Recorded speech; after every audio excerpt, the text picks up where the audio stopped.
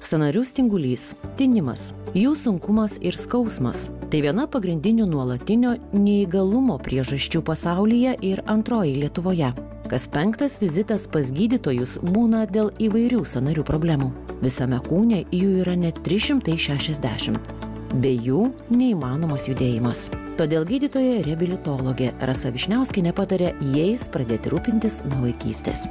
Sąnariai yra daugiafunkcinis toksai organas, kuris tarnauja žmogui visą gyvenimą ir sąnariais reikia rūpintis nuo pat mažens iki pat senatvės.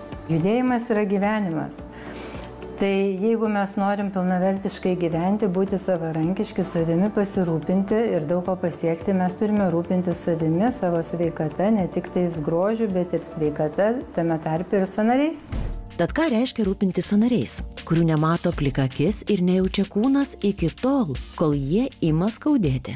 Kas eina į tą dalyką rūpinti sąnariais? Na, pirmiausia, tai reikia žinoti, kad sąnarys tai nėra vienas kažkoks atskiras organas. Sąnarys turi savo sandarą ir iš tokio 3 dalių galima sakyti, tai yra kaulai, kaulų galai, kurie vienas su kitu jungiasi, sąnario ertmė ir kapsulė, kuri laiko tą sąnarį. Kaulų galai yra, žodžiu, padengti kremzle, bet pati kremzlė, ji neturi nei nervų, nei kraujagyslių.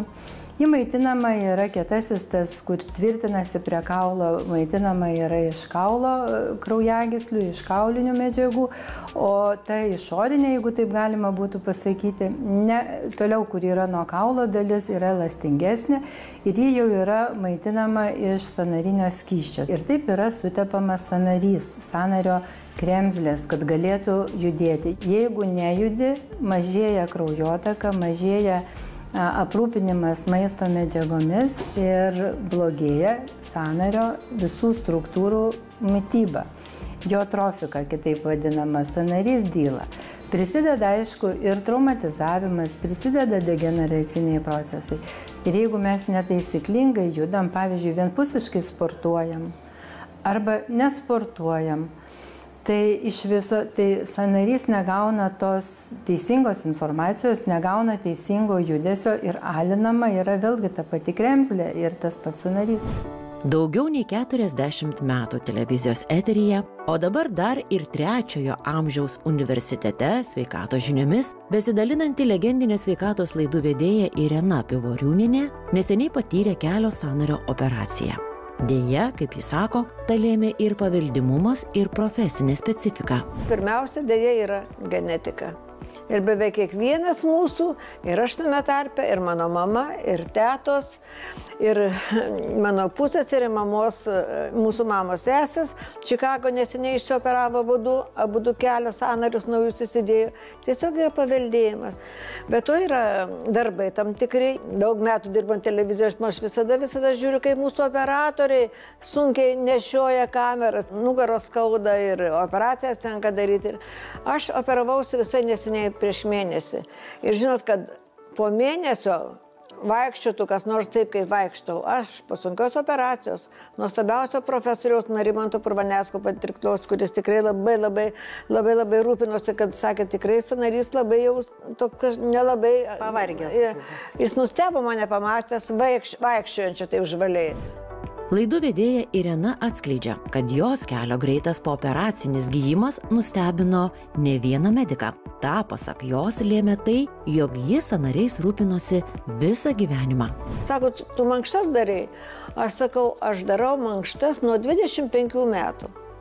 Ir tik tai todėl aš tikrai palyginus greitai atgavau savo formą ir atgavau ir išsivadavau iš skausmų. Ir dabar dar reikės pagal profesorių pusę metų dar kaulai, kadangi įdėti ten implantai į sąnarį yra, kol viskas sugys, nėra taip paprasta. Ir aš mankštas dariau ne todėl, kad aš labai stropi, kad aš labai tokia jau gerėti. Aš bailė. Aš tiesiog labai bijojau tų skausmų. Ir aš kiekvieną rytą darau. Ir dabar darau, šiomis dienomis aš darau specifinę mankštą, tas vadinamas tinginių mankštas. O dabar susitelkite ir pasižiūrėkite, kokius vadinamus tinginių pratimus labai naudingus sąnariams parodys kineziterapeutė Eglė Kristina Mickevičienė. Pats lengviausias ir pats priimtiniausias judėjimas būtų tiesiog paprastas vaikščiojimas. Tik žinoma, eiti turėtume statant pėdą nuo kulno, paliekant koją ant piršto, kad dirbtų visi kojos pirštai, ypatingai nykštys, nes ateityje tų amplitudžių sumažėjimas sukelia taip pat ir nugaros ir kitų sąnarių skausmus. Taip pat platus mostas rankomis. Tas, kas priverčia dirbti nugarą, nuima krūvį nuo viršutinės ir apatinės juosmeninės dalies. Suvest mentes, pasukti pečiais ratukus, pasukti kitokius ratukus, pairkluoti, suvesti įvairiausiais būdais pajudinti, kad dirbtų tarpumentis. Stebėti save, ar nenukabiname kaklo, nenukabiname. Turėtume būti išsiilginę, pakaušių lyg muskas temptų į lubas. Keliukams būtų labai naudinga tiesiog atpalaiduoti ir pamojuoti laisvai kojomis. Ir taip pat sėdint būtų visai patogu ištiesti, sulenkti kojas,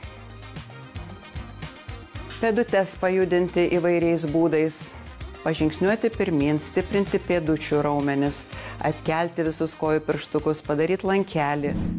Visgi, sveikus sąnarius vien judesiu išsaugoti pavyksta ne visada.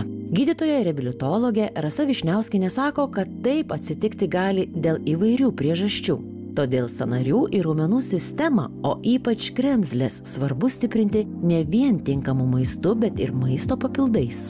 Nes jeigu jų nereikėtų, tai papildų ir nebūtų sugalvota.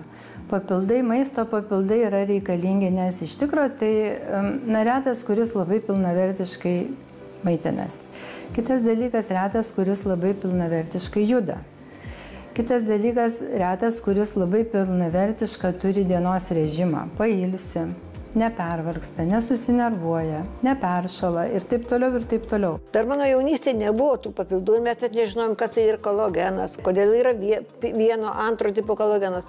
Bet kai jis atsirado, jie iškart atsirado mano namų vaistinėlėje. Pažangiausių technologijų apdoroti ir pateikti specialios formulės kapsulėse pirmo ir antro tipo kolagenai kartu su vitaminu C atitinka efektyvią terapiją ir leidžia pasiekti optimalių rezultatų vos per 2 mėnesius. Nors vartoti galima be pertraukos tiek, kiek jaučiate poreikį.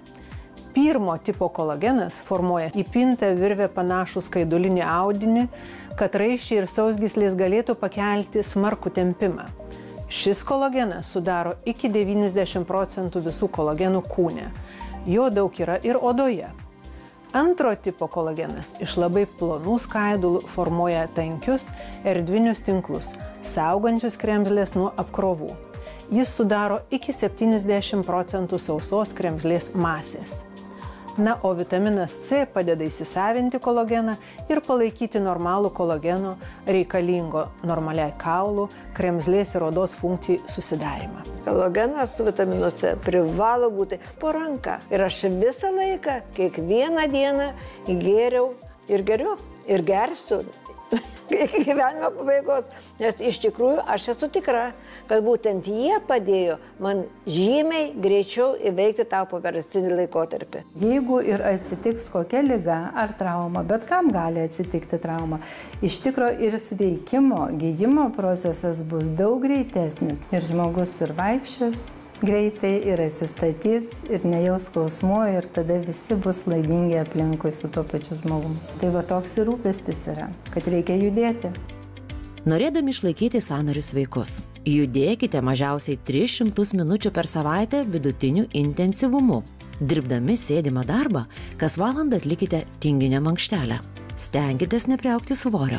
Nevenkite konsultuotis su kineziterapeutu ar treneriu.